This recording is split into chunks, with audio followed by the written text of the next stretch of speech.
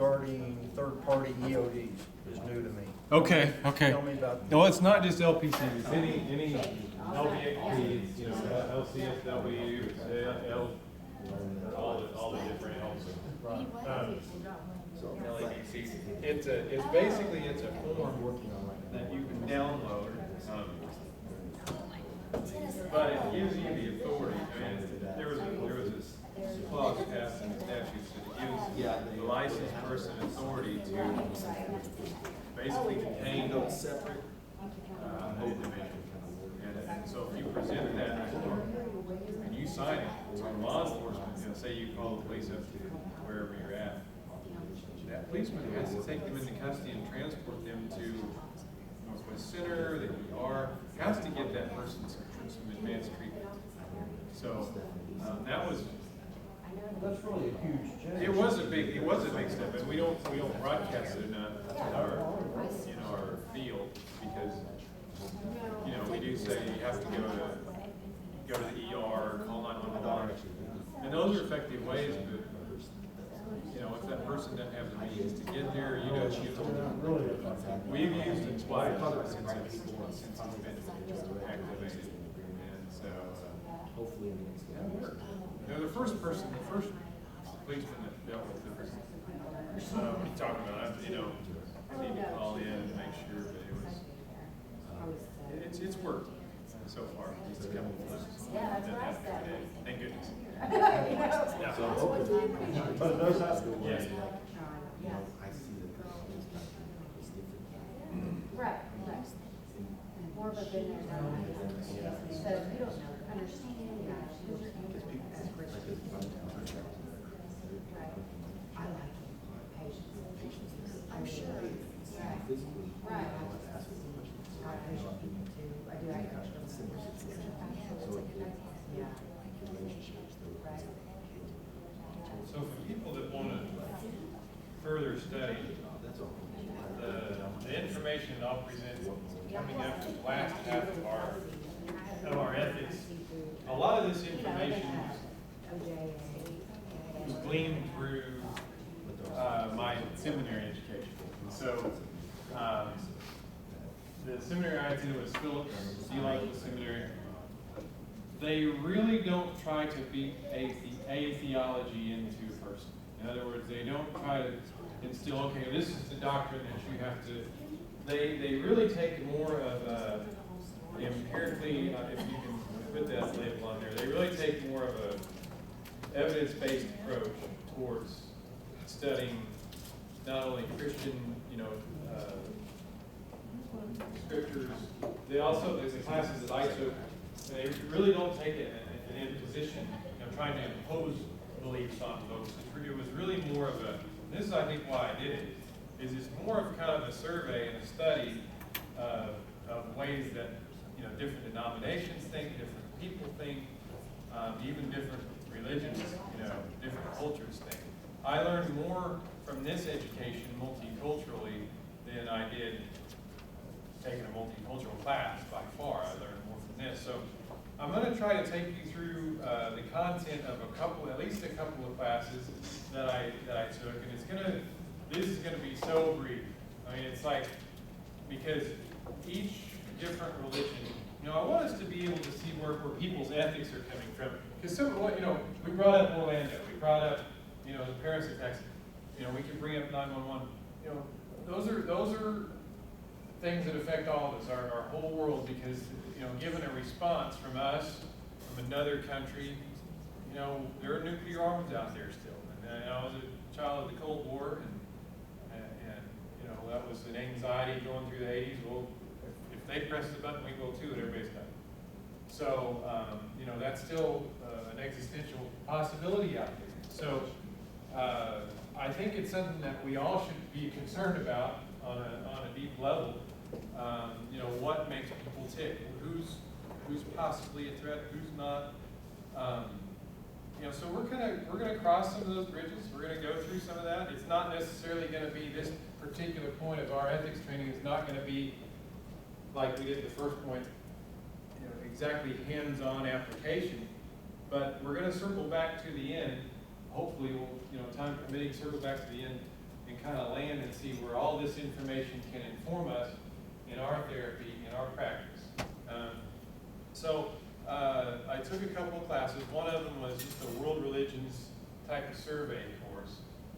The other class, which was more intriguing, was how do you engage with it was called, it was interreligious, like, conversation, something to that effect. It was like, how do you engage in conversations? How do you approach people from other religions?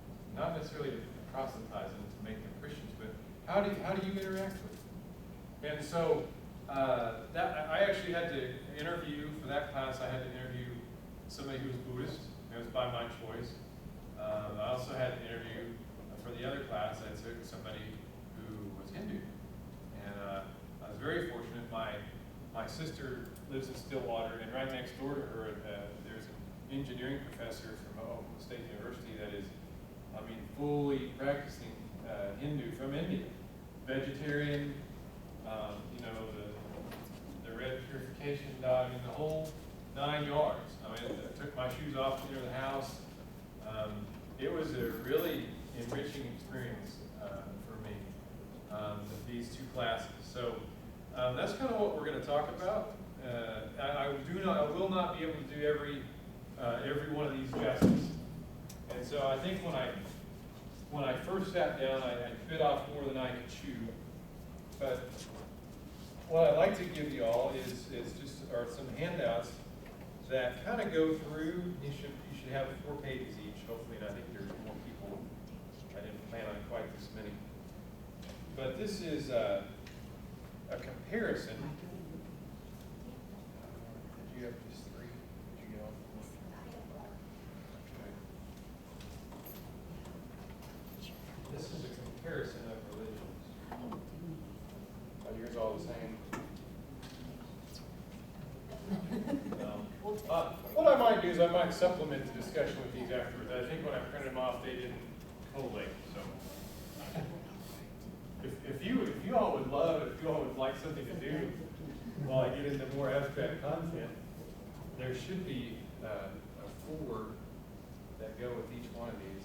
So I know you didn't volunteer for this, but congratulations. Sorry. There should be 4 different pages that kind of go with each other. Okay.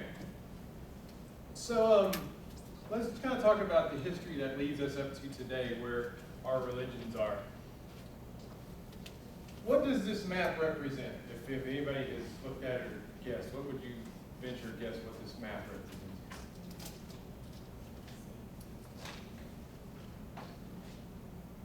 History.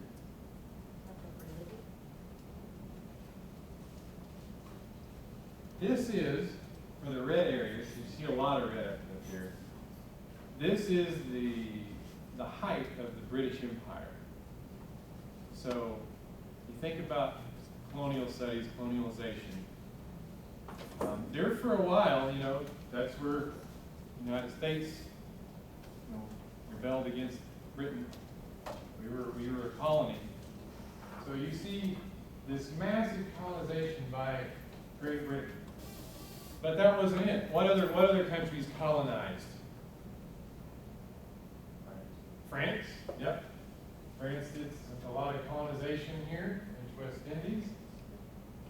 Who else? Spain, yep. Spain branched out. Portugal. Portugal, if you consider Brazil, there for a while. This is just a specific time period. Dutch. You think that the Dutch did some. Why did they do this? Why go and conquer? Because we're not in that mode right now necessarily in human history where people are going out and conquering. Not necessarily, I'd say.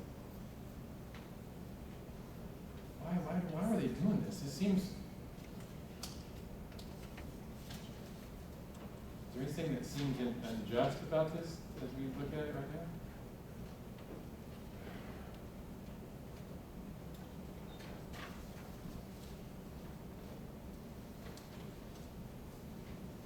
Missionary work. I think they did the guys did a lot of missionary work. I think it was power grab we have the right answers. So we're going to spread our right answers and make it ours because we are entitled to this. Because we are superior. We have the superior knowledge. No, France has the superior knowledge. No, Spain does. So you have these nation states colonizing and really fighting one another. And you know, all these other cultures, they're inferior, they're heathens, and so we can do what we want. So you see a lot of really antiquated, but this is not that long ago in human history. You know, this is 300 years ago, 400 years ago. Not that long ago. And you know, you saw Great Britain give up India when? Wasn't that long ago. Gandhi, you know, 1940s, 1950s.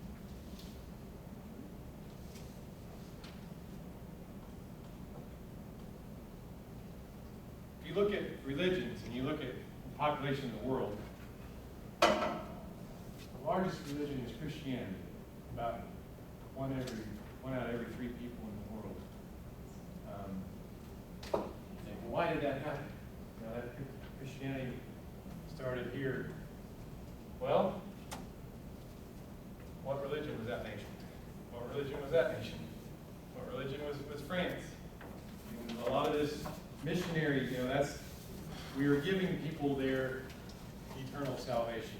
We are the saviors of the world through conquering. See Islam right now, 22%. It's growing pretty rapidly, more rapid than the others. Non-religious, 16%. Hindu, fourth largest spirit, 14%. If you look at Buddhism, this is interesting. We'll hopefully get to Buddhism too. If you compare the number of Buddhists with the number of Protestants, Protestant Christians, they're roughly equal. So 6%, so about 6% of these are Protestant. Most people around these parts, you know, would claim to be Protestant. So that kind of puts things in a different perspective. This will put things in a different perspective too. Although, you know, roughly 1/3 of the world's population is Christian, how much of the world's population is American? We're pretty cultural centric here, egocentric in our part of the world. We don't tend to consider that out of 20 people in the world, 19 others are completely different than us. We are a very small minority, less than 5% of the world's population. So where are the majority of Christians in the world?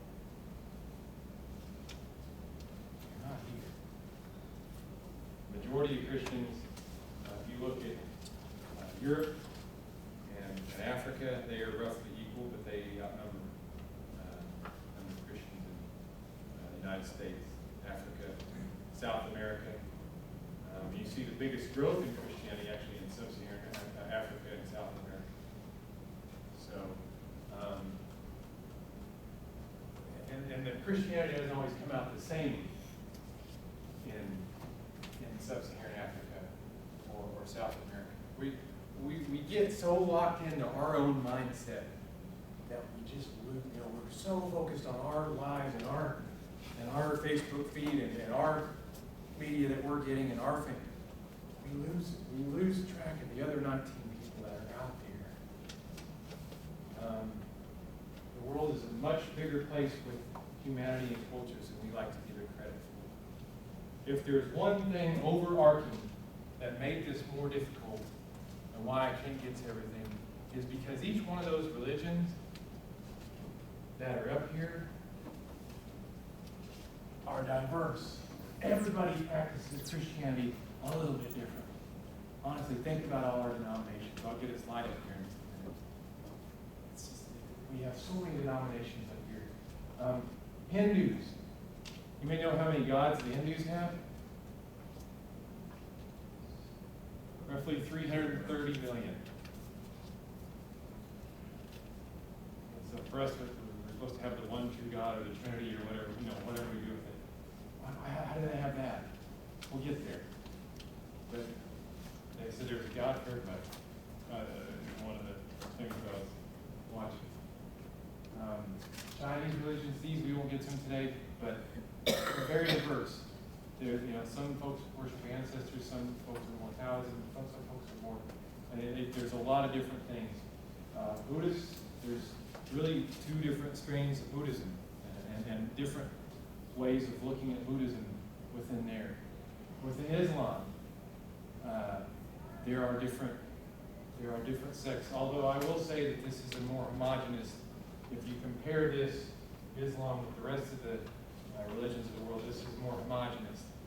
Part of that is the way that they look at their scriptures, the Quran. For somebody to really read the Quran, the Muslim, they encourage that somebody read it in Arabic. And so, if you have a common language, looking at it, it really tends to make it less diverse. Whereas, how many translations of the Bible? How many different languages? I mean, we translate the Bible, and that's not the way that a person comes to Islam. If you want to come to Islam, you want to study the Quran, learn Arabic. Buddhism really doesn't have, a sacred book. Same with Hindu. They have some texts, but they don't necessarily look at them the same way. And so you see a lot of diversity. And so it's hard for me. It would be tempting in our old, 30 or 40 years ago, it would be tempting to come up and say, this is Hinduism right here in this box. Well, we know it because we studied this and this is what it is. It's really impossible to do that. Here is Christianity in this box. We think, because we own into that. That's like the water we're swimming in, so it's hard to see, exactly what it is. But it's harder for us to break that up, but it is diverse. Here's world population by continent. See Asia, of the 7 billion people, 7.5 billion people. Well over half of them live in Asia. And populations of China, population of India. Here you see North America is the green, us in Canada. Pretty small slice. Europe's got a little higher population. Africa's got a higher population than we do. It's a bigger world out there than we like to admit. So with that conquering came modernity and the modern era. In the modern era, this is really where our psychology comes from.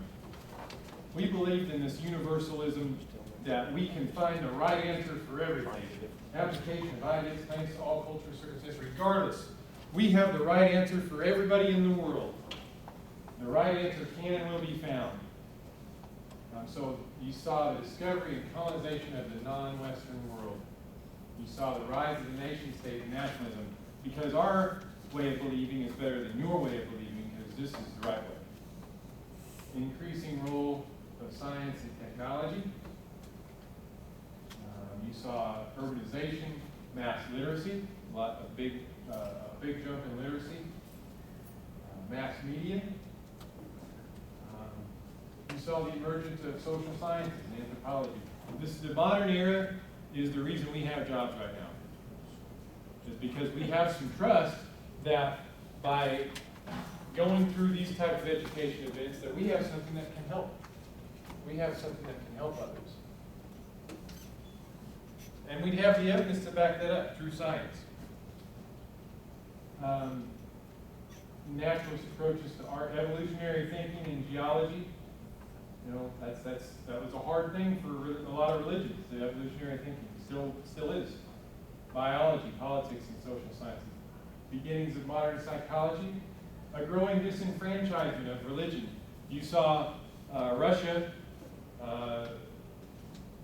choose to outlaw the Orthodox Christian Church in the Soviet Russia, the former Soviet Union, to take away, religious practice, because it was viewed as keeping people down and inferior.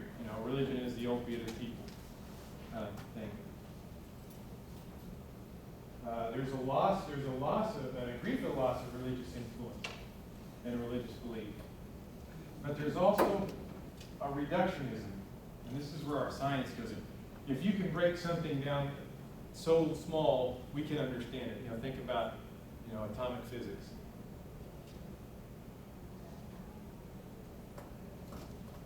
And so there's some truth in there. There is some truth to modernity, but we also notice some things. And here's some of the reactions to the modern era. You saw a socialist reaction. Well, it looks like, you know, given our knowledge of people, that if everybody has the same amount and everybody does the same thing, that this will be good for people. Capitalism. Well, it looks like we need competition because this thing over here doesn't look like it's doing very well, so we need competition. That's the universal truth. We have a large percentage of our society is in that particular mindset, or at least dominating parts of it. Democratization. We're gonna go make sure there's democracy for everybody, because democracy carries universal truth. And again, I think we're taught that here in the United States. Rise of sciences, scientific method.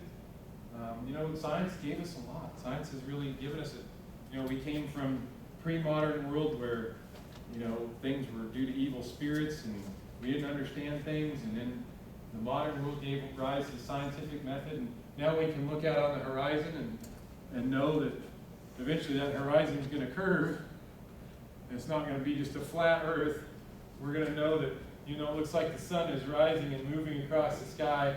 We're actually revolving and rotating around it. You know, this was hard. People got, you know, put to death for these ideas. It was hard to break out of that. So there was a reaction. So, and so obviously there was some promise. We can solve anything by putting our scientific minds to the test. However, I would say a true scientist refutes that claim because science never actually proves anything. Supports, suggests, it always questions. So you saw the rise of fundamentalism in religions. In the three Abrahamic religions, in Judaism and Christianity and Islam,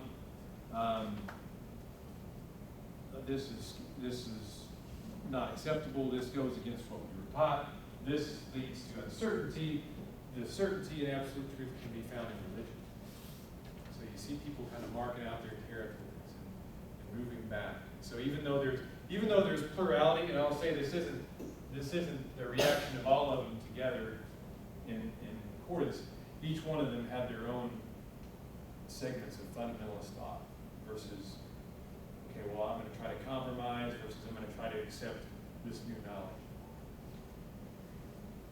However, we have moved into, and I say we're still kind of moving into, a postmodern modern era.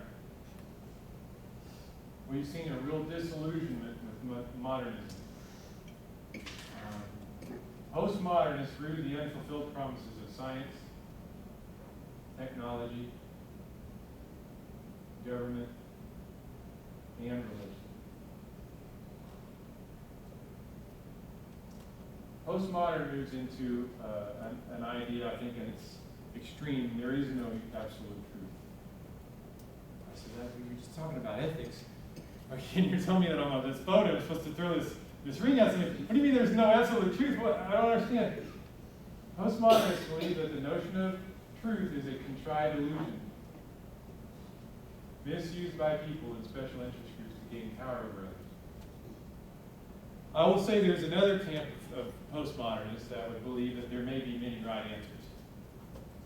Maybe not that extreme. There's an either and an or. Instead of either or, there's a both and. There has been a move from objectivism, having an objective, we just need an objective viewpoint, and then we can solve this problem. If we're human, we come to the table with our own experiences, our own neural wirings that are our own, unlike any other. So each one of us comes to the table with some subjectivism. It depends upon perspective. No matter how far from, what we might also think is true. There's subjectivism. Morality is personal. Believing ethics to be relative, postmodernist subjects morality to personal opinion. I don't know. We can't do that in psychology. We have to stay on our boat. You can't be a true postmodernist and be all, keep our license. They define morality as each person's private code of ethics without the need to follow traditional values and rules. Although I will say that we do embrace, as a profession, more postmodern type thinking. Folks from different cultures, folks that have traditionally been ostracized from, religious type of thinking. So if you're thinking about theorist students, think about people like Virginia Satir, Carl Whitaker, those type of family therapists. I could probably name a few others.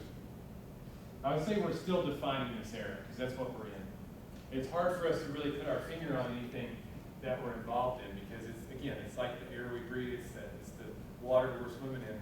We can't really take it all in.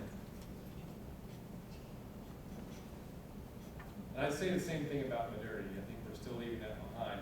We're still trying to figure out what exactly that was. So you're seeing some reactions to postmodernity.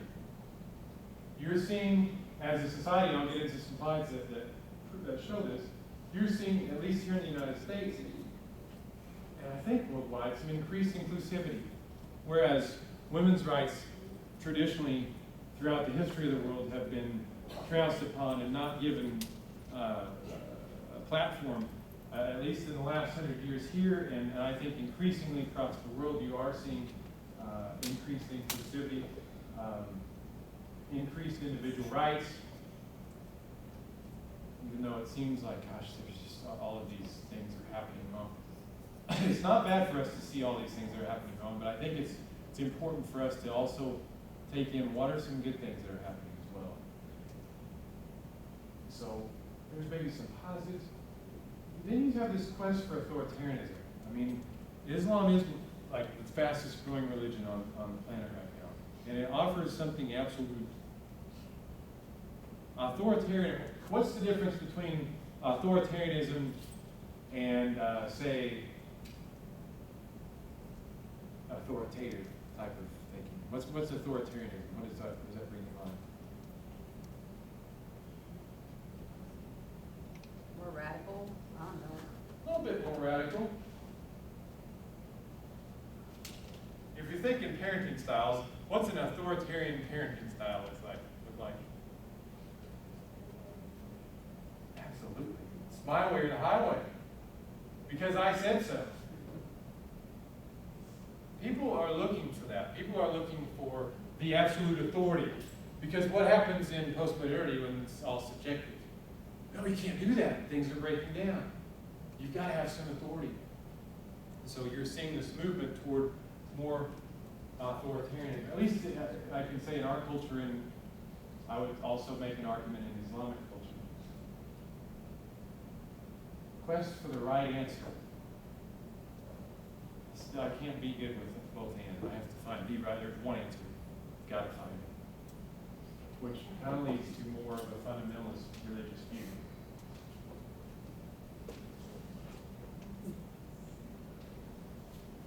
So there was a poll that's been going on for quite a while. This comes from social psychology. I want to show you how things are changing. There was a poll of white Americans. Would you vote for a black candidate affiliated with your party? And so you can see that in the early part of the civil rights movement, there was more things going on, but when it became more apparent to most of America, in the 50s, you almost see the no almost crossed over. I mean, you always see a little bit, over 50% said yes. And I mean, so when you see, there's always reactions in society, and what I've studied throughout history. If there's a push towards one way, there's always a pullback another way. And so if you saw this move toward inclusivity and desegregation, you saw actually attitudes polarize the other way, a little bit. And then so you saw the Civil Rights Act, and so you would think, well, you can't legislate morality. I beg to differ a little bit. Because once we've seen, the Civil Rights Act and actions of folks like Martin Luther King, and you see these lines now be highly disparate, whereas roughly 50% said yes, now 95% say yes. So you see an acceptance, you see an inclusivity that wasn't there before. I mean, that's a big movement.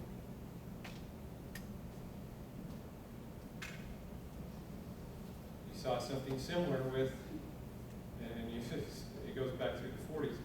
Would you vote for a well-qualified woman candidate? No. So what you see was when it started out, the yeses were down here. That's how little, and the women's suffrage, act in 1920, around that time where women got the right to vote, it was even way down here. So people were voting, yeah, they can't get in office. And so you see this change, World War II saw a change in women coming to the workforce, and you see the 50s, it's pretty, leave it to Beaver type of stuff. And then around the 60s, 67, and the women's movement, you see it's about 95 to 5 as well. So you see things can change, and they can change for the better. And we've seen it. And so I think that we get so lost in all the negativity and the reactions against it. Social media doesn't help, because all you get is polar. You don't get middle ground, you don't get thought, you get emotional buttons. What can I press to make sure that they look at my website, that they look at my post? And that's what gets broadcast out here. Most of us, you are seeing our society become more. And it goes very closely with social media.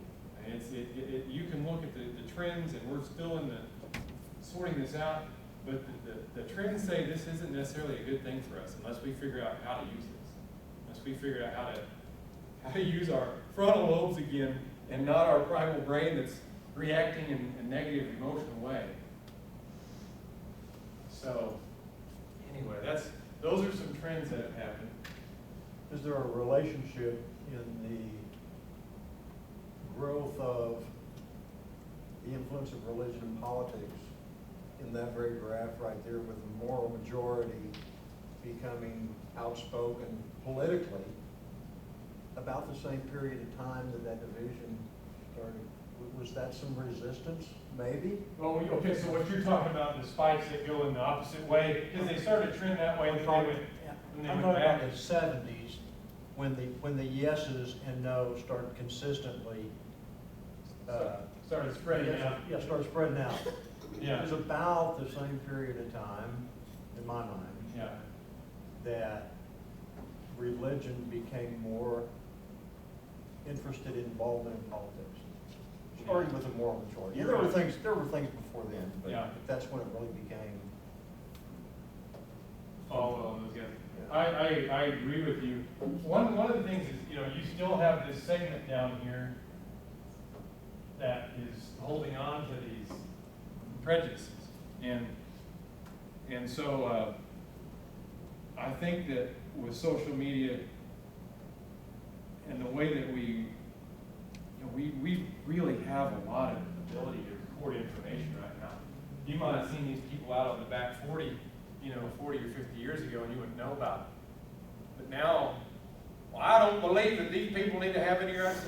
Now they get blown up on YouTube and all these different places, and so, oh my gosh. And so some people, oh my God, I want to be like them, because they seem like they got the right answer. They're talking the truth. And then you have other people like, oh my gosh, I thought we'd made some progress. And now there's this. We don't know exactly where this social media experience is going, but we're deeply into it, and the 24-hour news cycle, that hasn't always been here. We're in the midst of a different one. This kind of goes back to our starting point. I don't have a fancy graph to show it, so you have to kind of follow with the numbers. Opposed same-sex marriage. In 1996, we had 65% opposed, 27%. So if you watch the 60, the 60's kind of there. It comes back in 2004, had a big opposition, 60-30. And then you see it kind of gradually wane. And then about 2010, you see about 48-42. And 2011, you see 45-46. And then the last time they took this poll, you saw more in favor at 54-39. So again, if you're looking at graphs, I'd anticipate, barring some catastrophic world event, that this will continue to show support for, inclusion, same-sex marriage, same-sex union, which, hopefully will go along with possibly accepting people, that are genetically created a different way than someone else. Because everybody here is created in a genetically different way. I guess if you're not me, I guess I need to hate you. So, anyway, so I think I'll anticipate seeing that same thing, because we saw that movement. We're seeing that movement in this type of data very quickly. I'd say it's moving more quickly than we saw, over the 40 years that take, greater inclusion for African Americans and for women Americans. That it just, sorry for the terminology, it's ridiculous, but anyway, so I think you'll see the same thing. But you also have those reactions. And so when we talk about Islam becoming very fearful of things like this, we have those same knee-jerk reactions within our own culture, within our own religious, communities here. Think about Westboro Baptist Church in Kansas. God hates fags. That's what they have as their website. That's what you type in to bring up their church. That's that's pretty endearing to, that's what I sum up how I want the rest of the world to see God's message.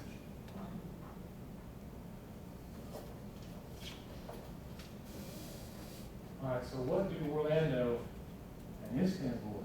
Who saw what happened in Istanbul just a couple of days ago? Everybody pay attention to that? Yes, sir, Mike. The airport bombing. Airport bombing. How many people died in that? 43, I think, alleged. Okay, so there are 43 people. Not in.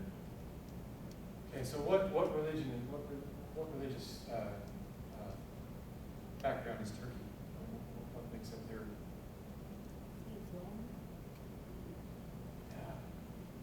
Yeah. How receptive is Turkey to? Has anybody ever traveled to Turkey? Anybody know anybody that's traveled to Turkey? I do. I knew somebody that just got back from there not too long ago. Yeah, I think that the majority of folks that are practice a religion there are Muslim. But why would you attack another Muslim if you're because that's who's taking credit is Islamic State.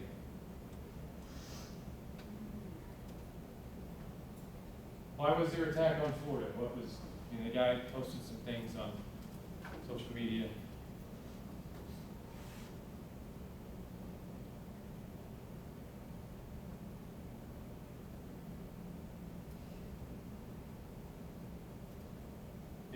These really looks like they really appear to be reactions to the postmodern modernity, to these things where we're seeing acceptance of others. Turkey is less conservative. Turkey would be considered more liberal in an Islamic type of society where women maybe can walk around without the face covering. They probably are more accepting of non-traditional. There's more of a traditional view of women. Not traditional say that is right, but women are viewed as kind of less than in a traditional way in Islam. So women in more powerful positions, working. I think you see that in Turkey, and so it makes no sense. Why would somebody attack another Islamic country? Because they're giving in to these evil forces. And if you read through some of the things, why the attacks took place in Turkey, it's some of the same things. So it's this reaction. So So where does this reaction come from? Why have so much hate? You know, here's some, I'll go through a little bit of this because most people don't know this. Arabic. So there's three main holy sites. There's Mecca, there's a place in, I can't recall it, but the third most holy site is Jerusalem for Muslims. And actually there's a part of Islam that you have to travel to. One of the 5 things that you have to do to be a Muslim is travel to Mecca. And so, you know, participate in their ceremonies and rituals there. What happened at the end of World War II? There was horrible things happened in World War II. 50 million people died worldwide. What did Hitler try to do with the Jewish people? Exterminate. What did the United Nations do in response to that? To try to help.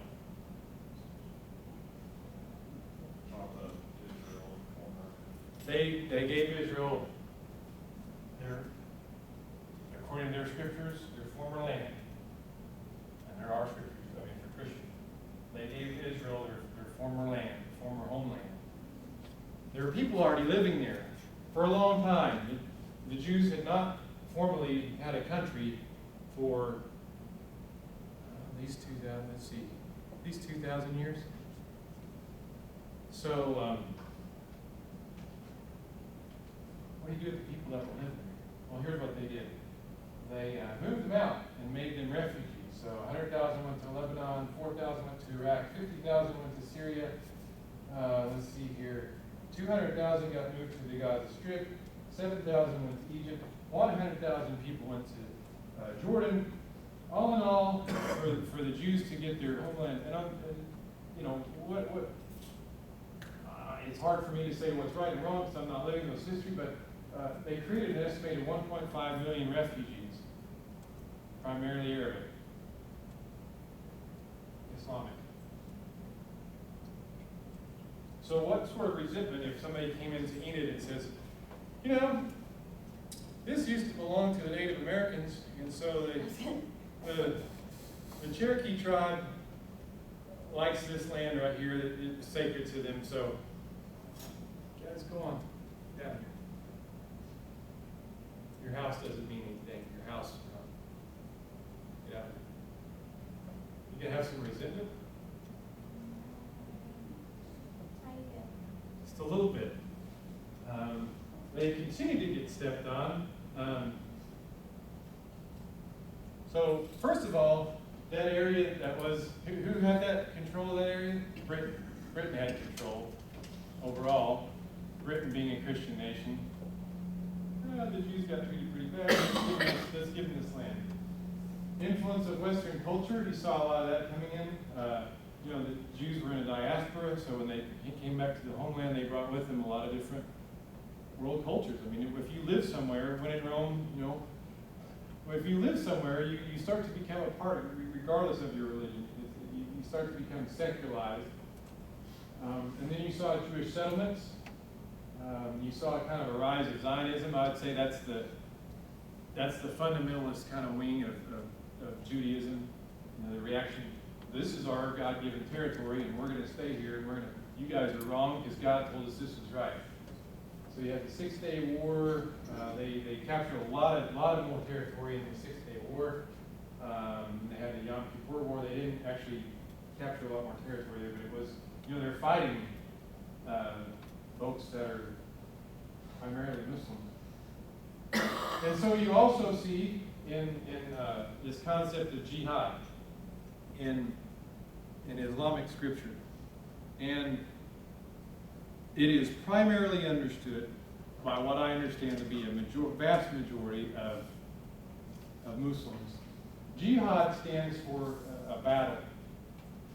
And it stands for primarily a battle within oneself to do what's right. For them to follow Allah, to obey, to submit. Now, the fundamentalist sects have taken this concept of jihad and flipped it and said, no, it's when, because there are lines that I understand to be in the Quran that say, it's a battle within, but there's also some lines that say it's when you're encroached upon, it's okay to have some jihad because your rights were encroached upon, so God gives you the right to go back and counter that. So if that scripture is in there and you're being oppressed and you're being moved out of your home, well, God says it's okay for me to do something about it. There's a big play on this. When we go over there and we create havoc and we start occupying and we start dropping bombs, there's a line in there that people can draw upon and says it's okay for me to come back and do the same thing to you. So we need to be careful.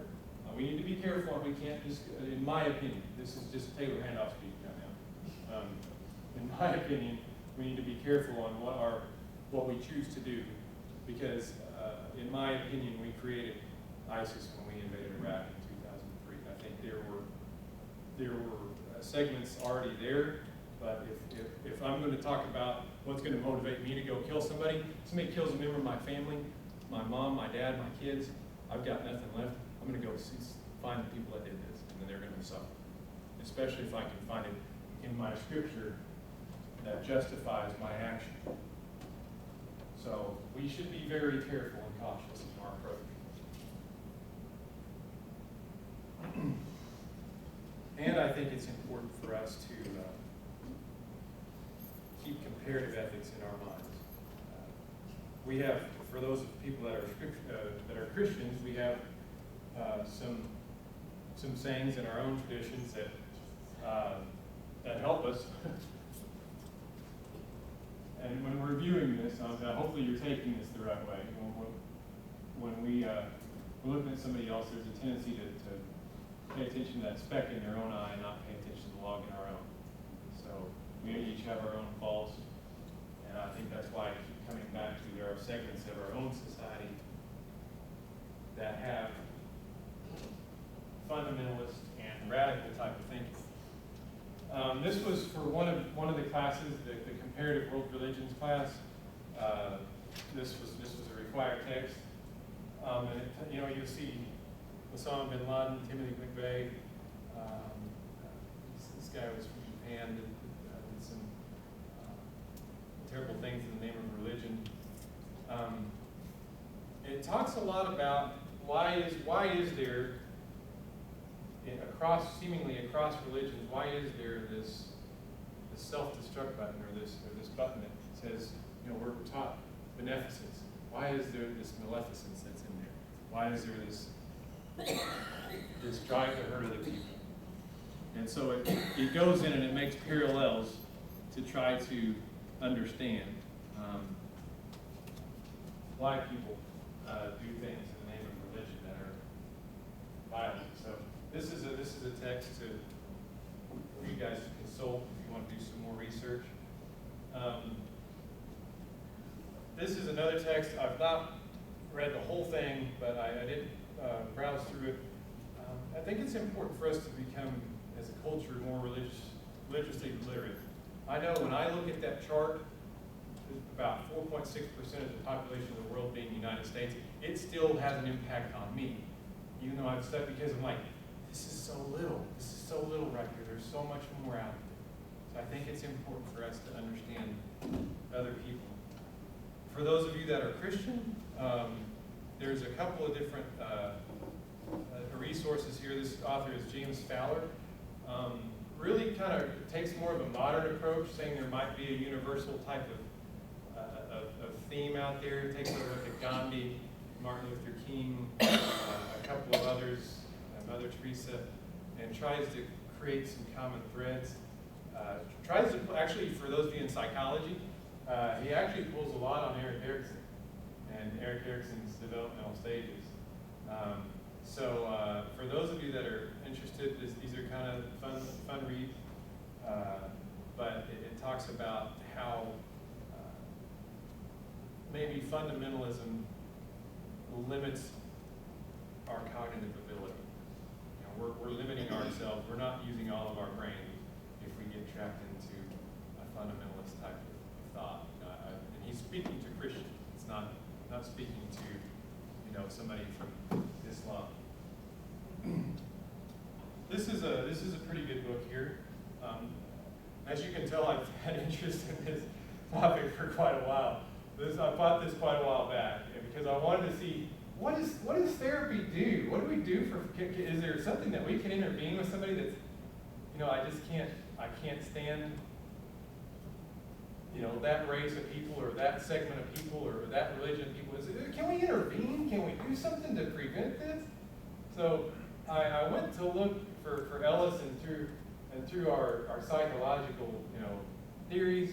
Ellis is one of our big. What is Ellis famous for?